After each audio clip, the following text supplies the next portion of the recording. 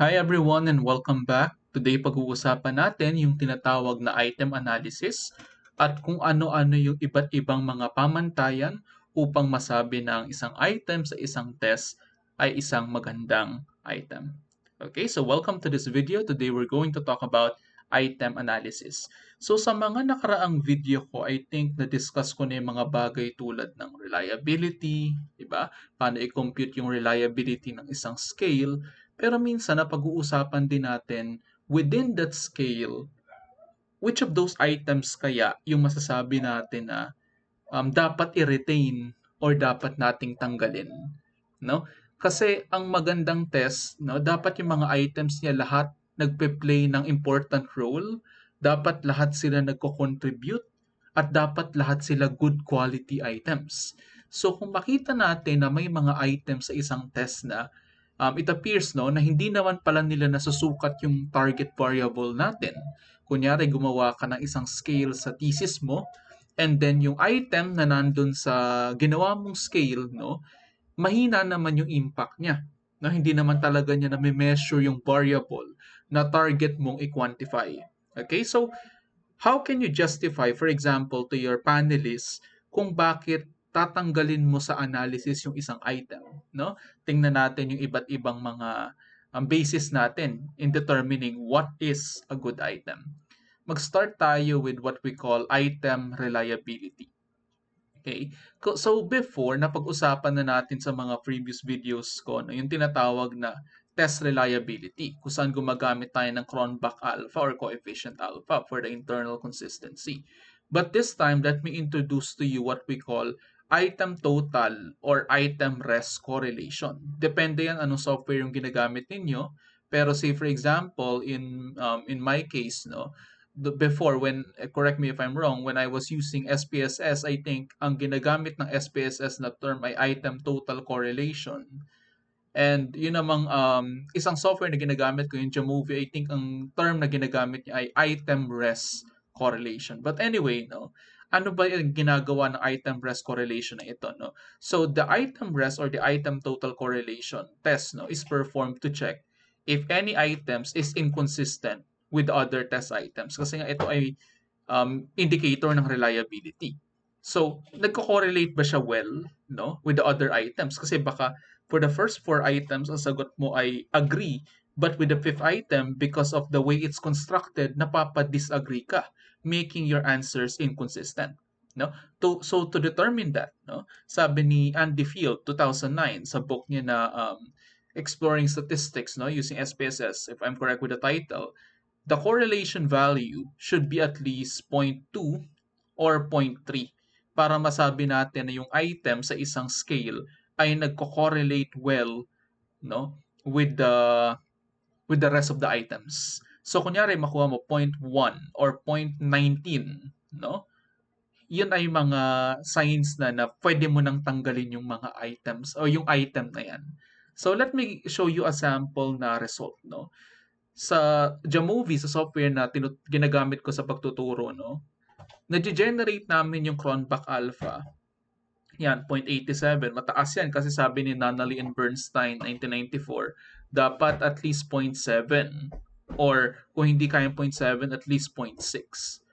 Sa ibang field naman, ang mas nakasanayan ay yung tinatawag na McDonald's Omega. No, etong nasa right no, pero ako mas sanay ako sa Cronbach alpha. But anyway, today mas gusto kong mag-focus tayo sa item rest correlation. So, ito ay galing ito sa data namin from the COVID research, at makikita natin na yung item rest correlation ng COVID stress scales item number 1 to number 6, no? Lahat sila ay at least, no, zero point 0.3. Ang tataas nga actually, no? Hindi lang at least 0.3, at least 0.6. So yan ay mataas na item rest correlation. Kumbaga pasado siya doon sa sinasabi ni Andy Field na minimum criteria. No? So masasabi natin na yung per item, no, consistent siya with the answers, no? Yung answer sa mga item na yun, consistent siya with the answers in the other items. Hence, reliable. So wala tayong dahilan para magtanggal ng isa sa mga items na ito sapagkat lahat ng item rest correlation higher than 0.3. Yan. Okay. Usually, yung mga may nakikitang item na lower than 0.3 or 0.2 sa mga self-constructed scale sa thesis. No? Tapos, makikita nila yung item na ginawa nila, mahina yung correlation with the rest of the items. Kaya nila tinatanggal. No? Other than that, meron din tayong tinatawag na item validity. Yan. Sa item validity naman, it is a statistic designed to provide no, an indication of the degree to which a test item, to be specific, a test item is measuring what it purports to measure, what it is supposed to measure. Yan. So, paano ba namin sinusukat itong item validity? Well, on my training, nakagawian namin na gamitin yung confirmatory factor analysis. Yan. Tinitingnan namin yung mga tinatawag na factor loadings denoted by the symbol lambda. No? And according to Hare and Company as well as Koch 2015, dapat yung factor loading, to be particular kasi merong unstandardized, dapat yung standardized yung titingnan natin. Or sa ibang software, it's not factor loading but instead it's indicator loading. It should be at least 0.5. Okay, kapag lower than 0.5, according to Hare and Company as well as Koch, pwede siyang tanggalin from the analysis. It may happen. No? Kunyari, nanghiram ka ng scale or nag-construct ka ng scale tapos yung item na yun ay para siyang naliligaw. Yung kasi ginagawa sa factor analysis tinitingnan, are all the items in place? Tapos itong item na to parang naliligaw. It should be in another, in another dimension or factor. Hindi siya dapat nandun, no? Or hindi siya nagko-contribute to any factors. So, pwede mo siyang tanggalin kung ganun yung case. Yan. So, ang minimum dapat 0.5. Okay. So, for example, no, sa tinatawag natin na factor analysis, meron tayong isang unobserved variable, latent variable, and that is, in this case, satisfaction with life. At naniniwala tayo na yung 5 items ng satisfaction with life scale, dapat minimeasure nila yung construct o yung variable na life satisfaction. Hindi man natin ma-measure directly yung life satisfaction ng tao, pero naniniwala tayo yung mga sagot niya sa items 1 to 5, yun yung indicator o panukat ng life satisfaction niya. So kung mahina yung factor loading ng isang item, halimbawa itong SWL1, 0.32 lang, pwede natin daw silang tanggalin.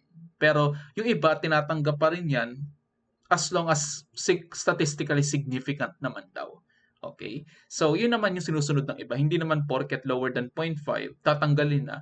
At yung iba, tinatanggal lang nila kapag lower than 0.5 tapos statistically not significant pa. Yung iba kapag significant pa rin kahit lower than 0.5, okay pa rin sa kanila. No? Kumbaga dito, si item 2, 3, 4, 5, wala silang problema. No? Si item number 1 yung medyo mahina yung parang siguro naliligaw siya. No? It doesn't really measure happiness. No? Well, I should check with other studies if meron pa silang similar findings. Yan. Another example, balik tayo sa COVID stress scales, item 1, 2, 3, 4, 5, 6, no? Tapos ito yung standardized estimate nila o yung factor loading nila, makikita natin, no?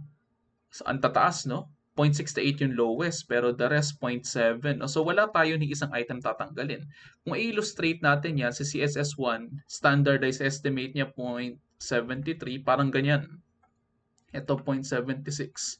Ito 0.74, 0.75, okay, 0.73, and 0.68. Walang nag-lower than 0.5. Tapos lahat pa statistically significant. So wala tayong kailangang i-delete na item. Okay, so yan yung ginagawa namin usually sa thesis class, no? Kapag nagko-confirmatory factor analysis. Dapat at least 0.5 at dapat statistically significant para masabi natin that the item really measures what it claims to measure. Okay. And next naman sa mga ability tests or sa mga achievement tests o sa mga tests na may tama o mali, kunyari classroom or teacher-made tests, tinitingnan natin yung tinatawag na item difficulty. And to assess the difficulty of the item, we determine the proportion, or this can also be a percentage, of the examinees who answered the item correctly. Ilan yung nakatama sa item. But remember, yung item difficulty, medyo pabaliktad siya. No? It should be item easiness. Why? Because the higher the difficulty, the easier the item. No? Huwag niyo iisipin na pag mataas yung item difficulty, automatically mahirap because it doesn't work like that. Instead, ganito siya. Mataas difficulty, ibig sabihin madali. Bakit? No? Kasi kapag ang item difficulty, dapat magre-range lang siya from 0.3 to 0.7. Kapag 0.771 no, pataas, that is too easy. Kapag 0.29 pababa, that is too difficult. Paano nga ba mag-interpret ng item difficulty? Ganito kasi yan. Kunyari, 84% ng test taker ang nakatama sa item number 1. Ang magiging item difficulty ng item number 1 ay 0.84. Ganun siya. So, kung 0.84 yung item difficulty, ibig sabihin 84% ng test taker mo tama sa item na yan. Hence, kung 100 student mo, tapos 84 yung nakatama, the item is easy. Madali yung item. Kaya, baliktad siya. It doesn't really measure difficulty, but instead, it's more of easiness. The higher the value of item difficulty, the easier the item. Just think of it, sabi ni Cohen, no? Psychological testing and assessment. Just think of item difficulty as the item easiness index. Okay.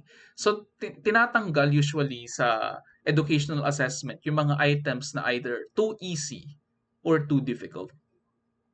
Yan. But aside from difficulty, isa pang tinitingnan ng mga educators would be yung item discrimination. Ano naman yung item discrimination? Long story short, pag sinabi item discrimination, dapat sa isang test item, yung nakakatama, yung nakakaalam o yung nag-review, yung nag-aral. Yung hindi nag-review o yung hindi nag-aral o yung hindi nagpo-possess ng characteristic, dapat theoretically mali yung makukuha niya kasi hindi niya alam yung sagot sa tanong eh. Therefore, item discrimination is about, no, meron bang discrimination between the upper and the lower group? Hindi siya racial discrimination or whatsoever. It's about, napaghihiwalay ba nung item yung nag-aral at yung hindi nag-aral? Yung upper at yung lower group. The upper group, also known as the masters, they possess the target ability. The lower group, also known as the non-masters, they do not possess the target ability. Okay, so usually ginagawa namin dyan, binibilang namin yung nakatama sa upper group, no? Tsaka yung nakatama sa lower group, tapos kino-compare namin. Then we do some computations, no? And then the item discrimination index, no, should be at least 0.30. Yan. Ito yung iba't ibang mga pwedeng mangyari when you compute for item discrimination, especially if you're a teacher, no? Una, kapag high item discrimination, particularly kapag positive, no, malapit sa positive 1, mga 0.80, kasi ito, the higher the better. Unlike sa difficulty na kapag 0.71 na, ibig sabihin hindi na yun maganda kasi masyado nang madali. Sa item discrimination, the higher the better. At least 0.3 pataas, no? The higher the better. So kapag mataas makuha mo, it's usually a good sign because it means the item can successfully discriminate. Ibig sabihin, kapag mataas yung item discrimination index, yung item madali sa nag-aral pero mahihirapan yung hindi nag-aral. So kaya gusto natin na mataas yung item discrimination index.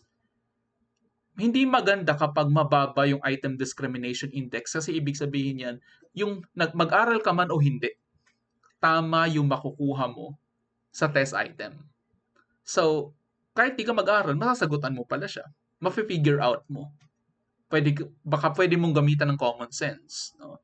So, it doesn't successfully discriminate. Kaya, pwede siyang tanggalin. No? Kasi gusto natin sa test yung mga items that can successfully discriminate. Yan. Pero worse yung tinatawag na negative, kapag negative yung item discrimination index. Ibig sabihin nito, kapag ganito yung nangyari, kapag hindi ka nag-aral, tama yung sagot mo. Pero pag nag-aral ka, mamamali yung sagot mo. It may happen. At ako minsan, kapag nangyayari, nagtataka ako. Ba't nangyari ito? Kapag nag-aral yung student, mali siya. Kapag hindi siya nag-aral, tama siya. Definitely, if this is the case, you remove the item. Okay? And that is it for my short lecture on item analysis. I hope you learned a lot today, and I hope to see you next time for more videos. Thank you.